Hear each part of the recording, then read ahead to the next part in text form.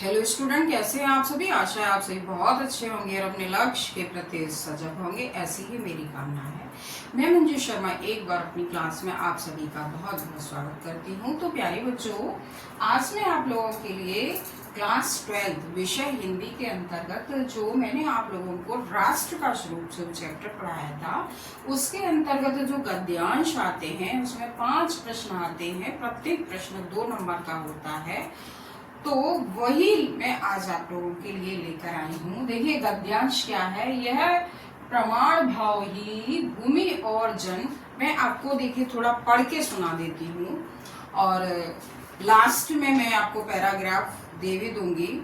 यह प्रमाण भाव ही भूमि और जन का दृढ़ बंधन है। दृढ़ बंधन, दृढ़ मीन्स होता मजबूत बंधन है। इसी दृढ़ भित्ति मीन्स होती है दीवार, दृढ़ यानी मजबूत दीवार, यानी संबंधों की मजबूत दीवार पर राष्ट्र का भवन तैयार किया जाता है। इसी दृढ़ चट्टान पर राष्ट्र का चिरजीवन आश्रित है।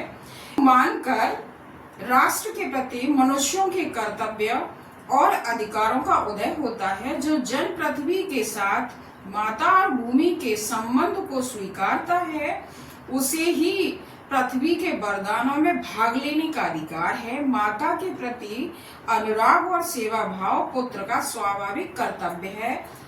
वह एक निष्कारण धर्म है। स्वार्थ के लिए पुत्र का माता के प्रति प्रेम पुत्र के अधः पतन को सूचित करता है। अधः पतन, पतन का मतलब होता है नीचे, अधः यानी नीचे की ओर गिरना, नीचे की ओर गिरना यानी कि उसका पतन हो जाना।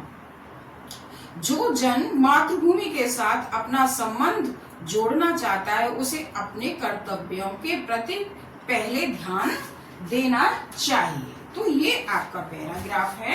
तो आइए चलिए अब इसमें से क्वेश्चन आपके जो बनते हैं। सबसे पहले क्वेश्चन तो आपका यही बनेगा कि गद्यांश के पाठ और लेखक का नाम लिखिए या गद्यांश का संदर्भ लिखिए। तो गद्यांश के पाठ का नाम क्या है? राष्ट्र का स्वरूप। और लेखक का नाम क्या है? डॉक्टर वासुदेव शरण अग्रवाल। और संदर्भ लिखना चाहे तो आप संदर्भ भी लिख सकते हैं। प्रस्तुत गद्यांश हमारी पाठ्य पुस्तक गद्य गरिमा के पाठ राष्ट्र के स्वरूप से लिया गया है और इसके लेखक कौन है? वासुदेव शरण अग्रवाल हैं। तो अब देखिए दूसरा प्रश्न हमारा क्या बनता है? रेखांकित अंश की व्याख्या। रेखांकित अंश में से किसी भी लाइन के नीचे रेखा आपको दे दी जाएगी, तो सिर्फ आपको शब्दों का जो अर्थ है वो पता होना चाहिए। तो मैंने यह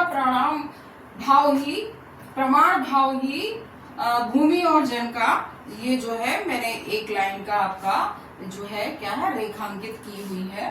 तो देखिए मैंने इसका अर्थ क्या लिखा है यहाँ पे। लेखक के अनुसार हमारा इस मातृभूमि के प्रति प्रणाम भाव रहना चाहिए। क्या रहना चाहिए?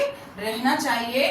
इस प्रणाम भाव से ही भूमि और जन के परस्पर संबंध कैसे होते हैं? मजबूत होते हैं।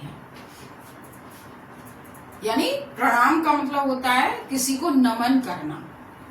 अब तीसरा प्रश्न हमारा क्या बनता है कि पृथ्वी के रत्नों को कौन प्राप्त कर सकता है? जो पृथ्वी के रत्न यानी जो अमूल्य निधियां छुपी हैं पृथ्वी के गर्भ में और पृथ्वी के ऊपर, उन्हें कौन प्राप्त कर सकता है?